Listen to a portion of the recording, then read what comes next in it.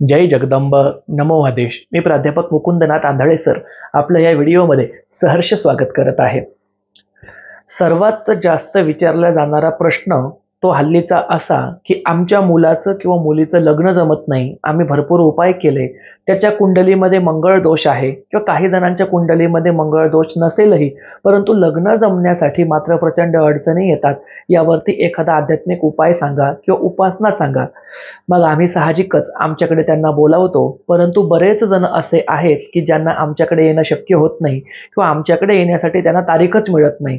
मग अशांना घरच्या घरी लग्न जमण्यासाठी काही उपाय उपासना करता येईल का, हाही प्रश्न अनेक वेळेला यूट्यूब चॅनलच्या कमेंटवरती मला विचारण्यात आला. त्यासाठी आज मी तुम्हाला एक अशी प्रभावशाली उपासना देणार आहे, मंत्र देणार आहे की ज्या उपासनेमुळे, ज्या मंत्रामुळे आणि एक तुम्हाला स्तोत्र सुद्धा सांगणार आहे की ज्या स्तोत्रामुळे त्या ठिकाणी घरच्या घरी तुमच्या विवाहातील सर्व अडचणी दूर होतील आणि तुमचं वय जरी जास्त झालेलं असेल किंवा विवाहासाठी काही अडथळे येत असतील तरी घरच्या घरी ते सॉल्व्ह होऊन, ते प्रश्न सुटून तुमचा विवाह जमून येईल. हल्ली काय झालंय माहितीये का, विवाह संस्था मोठी विचित्र झाली आहे. आता विषय थोडासा भरकटायला लागला, याचं मला गांभीर्य आहे तरी थोडंसं मनातलं बोलतो. मी आज एक गादी चालवतो. गेल्या 18 वर्षापासून ही गादी सुरू आहे. फार मी लहान होतो, एवढ्या लहान वयामध्ये गादीवर बसलो, परमपूज्य गुरूंचा आशीर्वाद होता. पण सातत्याने ज्या वेळेला काही मुलांच्या तक्रारी येतात की आम्हाला लग्नासाठी मुलगी भेटत नाही, तर मी प्रश्न विचारतो की बाबा नेमकं मुली न भेटण्याचं कारण काय? तर तू काही व्यसन करतोस का? तर मुलं म्हणतात नाही सर, काहीच व्यसन नाही. तुझ्या घरी शेती आहे का? काही जणांकडे असते, काही जणांकडे नसते.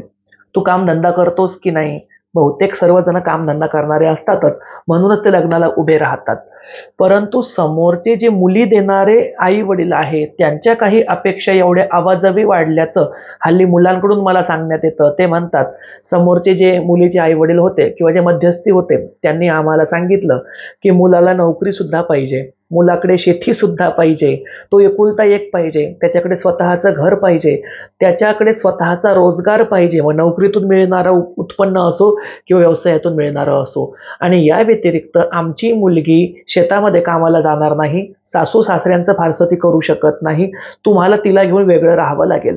या कारणामुळे सुद्धा अनेक मुलं आज बिनलग्नाची बसलेली आहेत. हे माझं मत नाही, हे त्या मुलाच्या आईवडिलांनी जे माझ्यापाशी सांगितलं, एका दुसऱ्याने नाही, जवळजवळ 25 ते 30 जणांनी आतापर्यंत हेच सांगितलं.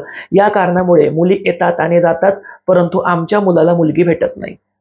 आता मुलींच्या आईवडिलांचं काय बघा, अगदी अलीकडचंच एक उदाहरण. एक अतिशय सुशिक्षित मुलगी माझ्याकडे वाऱ्या करण्यासाठी येते. ती तिच्या घरच्या अडीअडचणी सोडवण्यासाठी येते. ती स्वतः शिक्षिका आहे, तिचं MSc इतकं शिक्षण झालेलं आहे, ती एका शाळेवरती शिक्षिका सुद्धा आहे. परंतु ती ज्या समाजामधून येते, ज्या जातीमधून येते, त्या जातीमध्ये तिच्या एवढा शिकलेला कोणी मुलगाच तिला आतापर्यंत भेटला नाही. सर्व 10वी 12वी किंवा एखादा ग्रॅज्युएशन पास मुलगा आला असेल, त्याच्या पलीकडे MA पर्यंत गेलेला मुलगाच त्या मुलीला आतापर्यंत आला नाही. आणि तिची अपेक्षा अशी आहे की बाबा माझं शिक्षण MSc पर्यंत झालेलं आहे, मला एखादा MCom किंवा MSc MA झालेला मुलगा जरी मिळाला, माझ्या समपातळीचा जरी मिळाला, तरी मी लग्नाला उभी राहील. शेवटी आता ते थकून भागून व्यावसायिक मुलं आणि तिच्यापेक्षा कमी शिक्षणाच्या मुलांचे पर्याय शोधत आहेत. ही एक शोकांतिका आहे. याबरोबरच काही ठिकाणी मुलगी दिसायला सुंदर नाही किंवा मुलगी जास्त एज्युकेटेड नाही, या कारणासाठी काही मुलांकडचे लोक मुलींना नकार देतात. म्हणजेच काय, टाळी एका हाताने वाजत नाही. काही ठिकाणी वधू पक्षाच्या अपेक्षा फार जास्त असतात, कधी वर पक्षाच्या अपेक्षा फार जास्त असतात आणि काही मध्यस्थी यामध्ये तेलपाणी घालणारे असतात. अशा सर्व या खटाटोपामुळे आज खरंच भविष्यातील मुलामुलींचं लग्न आणि त्यांचा संसार ही मोठी एक वैचारिक आणि काय म्हणता येईल विचार करणारी, विचार शून्य करणारी एक गोष्ट झालेली आहे, जिच्यावरती आपण फार जास्त बोलूच शकत नाही. बोलणार काय, समजावून सांगणार कोणाला? असो, मनातील खतखत मी बोलून दाखवली, जी सातत्याने कानावर येत आहे. आता उपायाकडे वळूया. बघा, कुंडलीच्या विशिष्ट स्थानामध्ये जर मंगळ बसलेला असेल तर त्या कुंडलीला मांगलिक दोषाची कुंडली असं म्हणण्यात येतं. जसं की मान्यता आहे, कुंडलीच्या प्रथम स्थानामध्ये, चतुर्थ स्थानामध्ये, सप्तम आणि अष्टम स्थानामध्ये, वेळप्रसंगी द्वादश म्हणजे 12व्या स्थानामध्ये जर मंगळ असेल तर त्या कुंडलीला मांगलिक दोषयुक्त कुंडली मानण्यात येतं. एका मांगलिक व्यक्तीचं दुसऱ्या मांगलिक व्यक्तीसोबतच लग्न व्हावं हाही एक नियम आपण बघतो. जर तसं झालं नाही तर त्या दोघांपैकी एकाचा अपमृत्यू होतो आणि जोडा शेवटपर्यंत जात नाही असंही सांगण्यात येतं. काही प्रमाणामध्ये सत्यता असेलही, परंतु मग अशा वेळेला ज्यांच्या कुंडलीमध्ये मंगळ आहे अशा मुलींचे आई वडील प्रचंड घाबरून जातात. त्यावरती मग मुलांसाठी वेळ प्रसंगी तो अर्कविवाह करण्यात येतो. म्हणजेच काय, रुईच्या झाडासोबत लग्न लावून ते झाड नष्ट करण्यात येतं. मुलगी असेल तिचा कुंभ विवाह करण्यात येतो. म्हणजेच काय, एका मडक्याशी तिचं लग्न लावलं जातं आणि मडकं फोडलं जातं. अर्कविवाह लावा किंवा कुंभ विवाह लावा तरीही मांगलिक दोष पूर्णपणे निघत नाही. काही प्रमाणावरती त्याचे साईड इफेक्ट्स मिळतातच. आता हा जो मंगळ आहे, हा मंगळ खरंच एवढा वाईट आहे का याचाही विचार केला पाहिजे. तर मंगळ अजिबातच वाईट नाही. मंगळ हा जगदंबेचा प्रिय ग्रह आहे. जगदंबेचा वार सुद्धा मंगळवार आहे आणि मंगळ हा मुळामध्ये सेनापती आहे. मंगळ ज्याचा असतो ते व्यक्ती निष्कपट असतात, तापड असतात, लढाऊ असतात, पण त्यांच्या मनामध्ये पाप नसतं. फक्त सत्याच्या बाजूने लढणे हाच त्यांचा दोष असतो. त्यामुळे ते समाजापासून थोडेसे बाजूला होतात.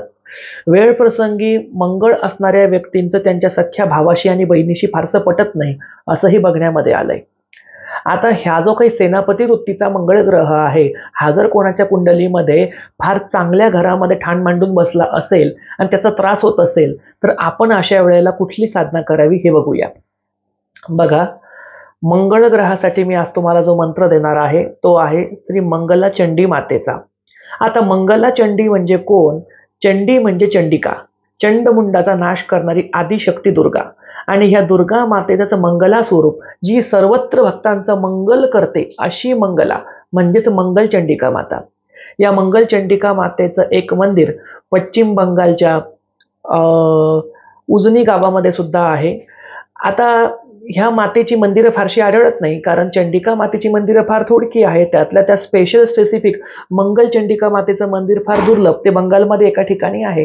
पण आपल्याला अशा कुठल्याही मंदिरात जायची गरज नाही, कारण चंडिका म्हणजे आपली कुलस्वामिनी सुद्धा. मग ती माहूरची रेणुका असो, सौंदतीची यल्लम्मा असो, कोल्हापूरची महालक्ष्मी असो, तुळजापूरची अंबाबाई भवानी असो की वणीची सप्तशृंगी असो, आपल्या कुलस्वामिनीलाच आपण चंडिका मातेचं रूप मानून तिच्या देवघराच्या समोर बसूनच ही साधना घरच्या घरी करू शकतो. अतिशय सोपी साधना आहे. साधनेचा मंत्र सर्वात प्रथम आपण शिकून घेऊया, त्यानंतर विधी बघूया. मंत्र या पद्धतीचा आहे. ओम ह्रीं श्रीं क्लीं सर्वपूज्ये देवी मंगलचंडिके हुं हुं फट स्वाहा. ओम ह्रीं श्रीं क्लीं सर्वपूज्ये देवी मंगलचंडिके हुं हुं फट स्वाहा. ओम ह्रीं श्रीं क्लीं सर्वपूज्ये देवी मंगलचंडिके हुं हुं फट स्वाहा.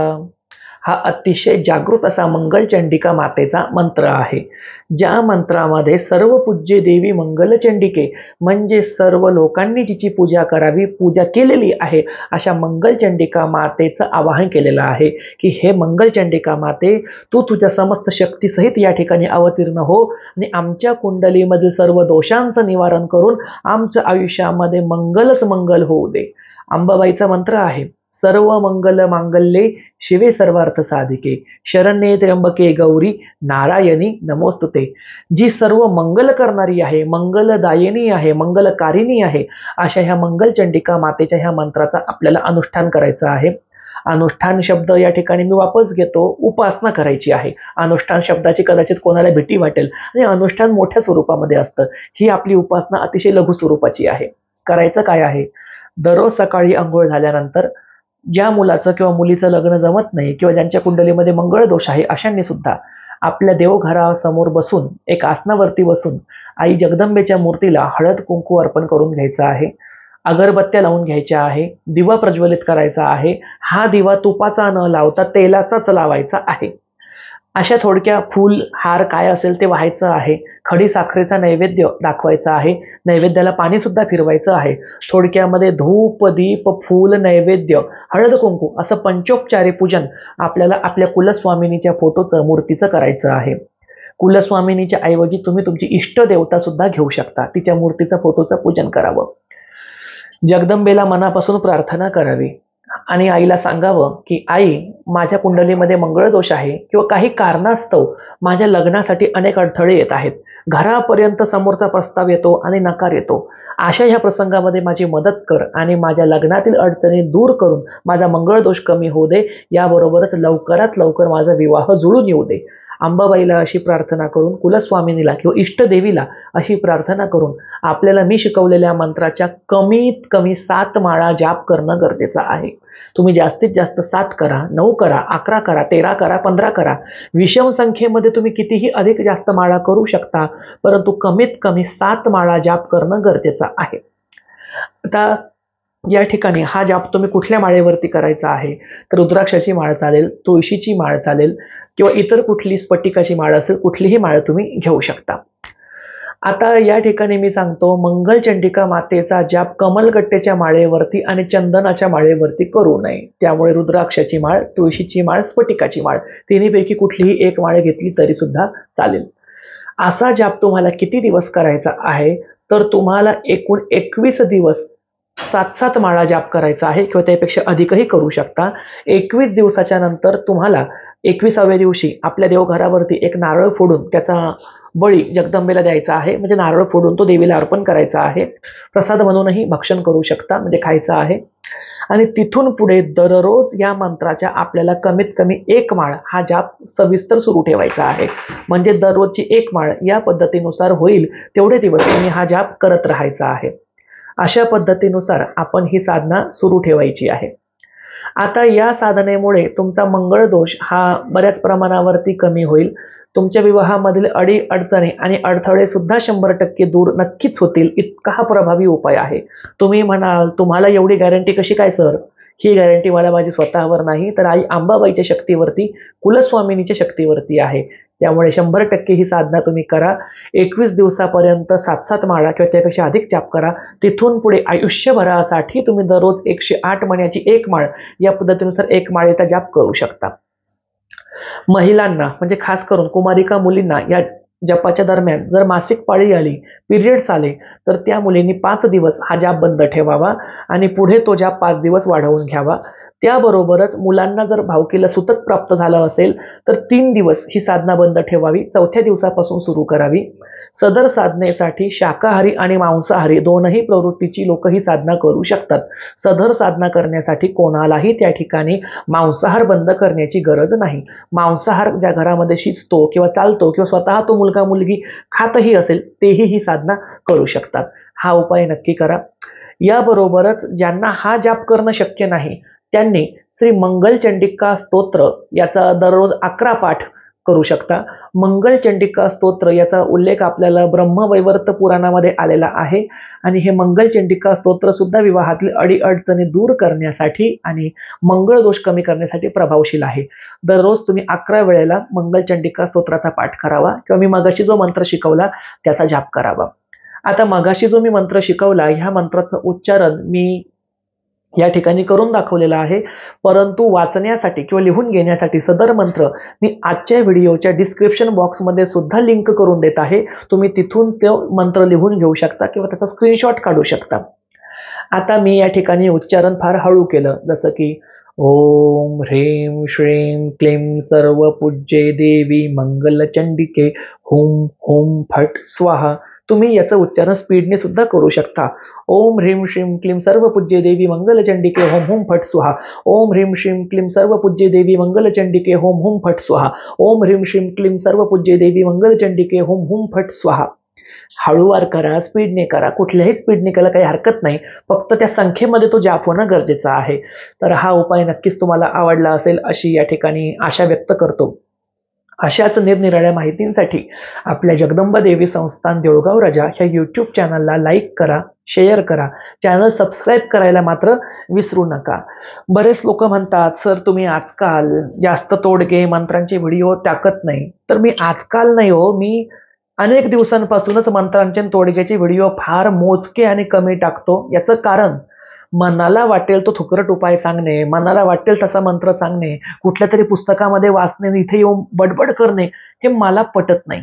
स्वतः ज्या मंत्राचा तुम्हाला अनुभव आहे, जो तुम्ही स्वतः सिद्ध केलेला आहे, ज्या मंत्रावर तुम्हाला स्वतः कॉन्फिडन्स आहे, पूर्ण आत्मविश्वास आहे आणि ज्यावर तुम्हाला प्रभुत्व आहे, असेच मंत्र असेच तोडगे आपण सर्व जगासमोर मांडले पाहिजे की ज्याचा जगाला फायदाच होईल, कोणाला तोटा होणार नाही. त्यामुळे मुळामध्येच जगदंबा देवी संस्थान देऊळगाव राजा या आपल्या युट्यूब चॅनलवरती जे काही मी मंत्र आतापर्यंत दिले, मोजके दिले पण सोन्यासारखे लखलखीत दिले. तोडगे कमी सांगितले परंतु अगदी अस्सल सांगितले. त्यामुळे एक ना धड भाराभर चिंधी असे तोडगे करण्यापेक्षा हा उपाय करा. नक्कीच सर्वांचं शुभमंगल सावधान होणार अशी मला शाश्वती वाटते आणि सर्वांना तशा मंगल शुभेच्छा सुद्धा. भेटूया पुढच्या व्हिडिओमध्ये. जगदंबा देवी संस्थान देऊळगाव राजा हे यूट्यूब चॅनलला सबस्क्राईब नक्की करा, नक्की करा, नक्की करा. व्हिडिओ कसा वाटला हे मला कमेंटद्वारे नक्की कळवा. भेटूया पुढच्या व्हिडिओमध्ये. जय जगदंब. नमो आदेश.